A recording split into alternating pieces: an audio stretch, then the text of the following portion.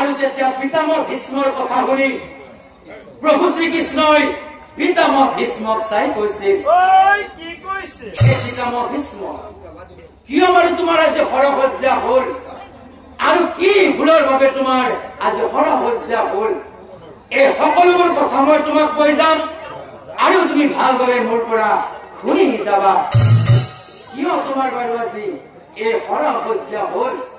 কিয় হৰসজ্জাত কৰি তুমি আজি নিজৰ ইচ্ছা মৃত্যু হৈও এই হৰসজ্জাত কৰি তুমি বিষৰ যন্ত্ৰণাত ছটফটাই আজি কিন্তু তুমি মৃত্যুৰ খং কৰি থাকিবলগীয়া হল। এই সকলোবোৰ কিয় হল তোমাক আজি মই কম, তুমি ভালদৰে মোৰ পৰা শুনি যাবা। আৰু তুমি পূৰ্বতে আছিলা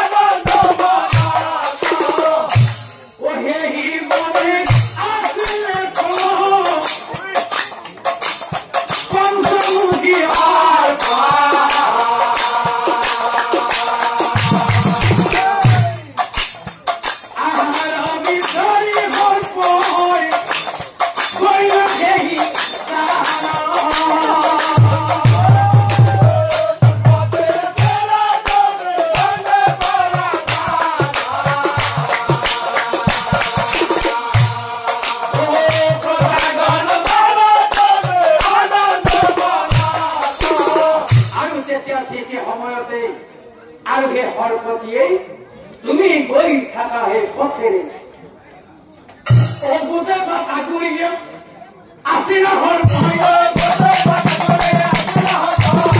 আৰু তেতিয়া তোমাৰ সেই ধনুৰ বাণেৰে সেই সৰ্প ধনুৰ বাণেৰে সেই সৰ্প এই চিটিকি পৰিলা সৰ্পই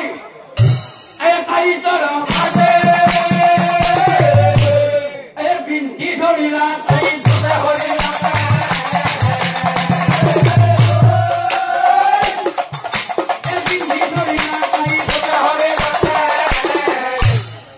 আৰু তেতিয়া সেই মহিন গছৰ আইতত বিন খোৱা হৰপতিয়ে বিষৰ যন্ত্ৰণাত ছটফটাই সেই হৰপতিয়ে একান্ত মনে তেওঁ ঈশ্বৰক আৰাধনা কৰিছিল। হে ভগৱান, আজি মই মোৰ নিজৰ বাবে আহাৰ বিচাৰি আহিছিলো আৰু আহাৰ বিচাৰি বিচাৰি মই এই পথটি মই পাৰ হৈ আছিলো আৰু ঠিক সেই সময়তে এই ৰজাই আহি তেওঁৰ ধনুৰ বাণেৰে তেওঁ মোক এই মইন গছৰ কাঁইটত দলিয়াই দিলে। আৰু আজি মই এই মইন গছৰ কাঁইটত বিলি খাই বিষৰ যন্ত্ৰণাত মই ছটফটাই মৃত্যুৰ ঘৰ জ্বলি আছো। এনেকৈ কতদিন অপাৰ হৈ হৰপতিয়ে তোমাৰ ঘৰে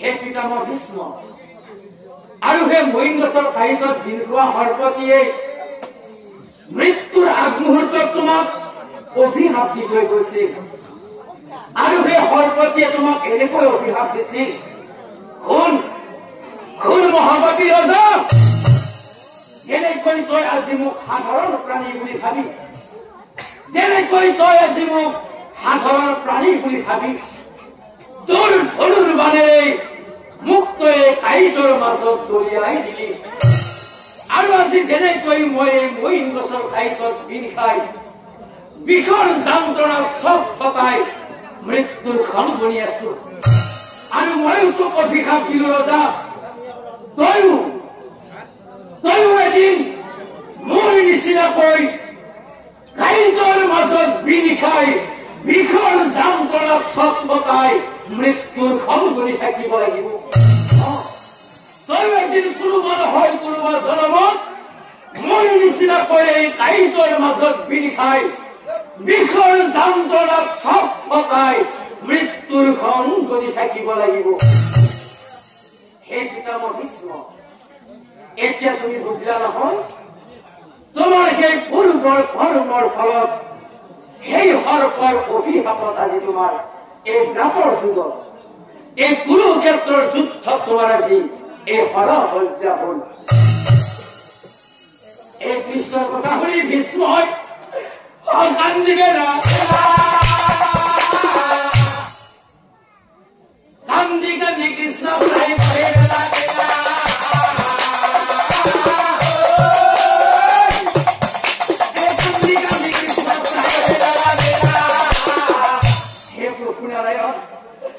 আজি মই বুজি পালো যে পূৰ্বৰ কৰ্মৰ ফলৰ বাবে মোৰ আজি এনেকুৱা বিদায় হল। কিন্তু প্ৰভু, আৰু মোক এই হৰহজ্জাৰ পৰাই মোক তুমি দিয়া বিদায়, এই হৰহজ্জাৰ পৰাই তুমি মোক দিয়া বিদায়। আৰু তেতিয়া ভীষ্মৰ কথা শুনি প্ৰভু কৃষ্ণই পিতামহ ভীষ্মক চাই কৈছিল, হে পিতামহ ভীষ্ম, আজি তুমি ধৰ্ম ৰক্ষাৰ বাবে, আজি তুমি ধৰ্ম ৰক্ষাৰ বাবে যি ত্যাগ কৰিলা, এই ত্যাগৰ বাবে মই তোমাক দুটি বৰ দি নিশ্চয় জানিবা। তোমাক এই ত্যাগৰ বাবে দুটি বৰ দি নিশ্চয় জানিবা। হে পিতামহ ভীষ্ম, তোমাৰ সেই প্ৰথম বৰ কি হব জানো?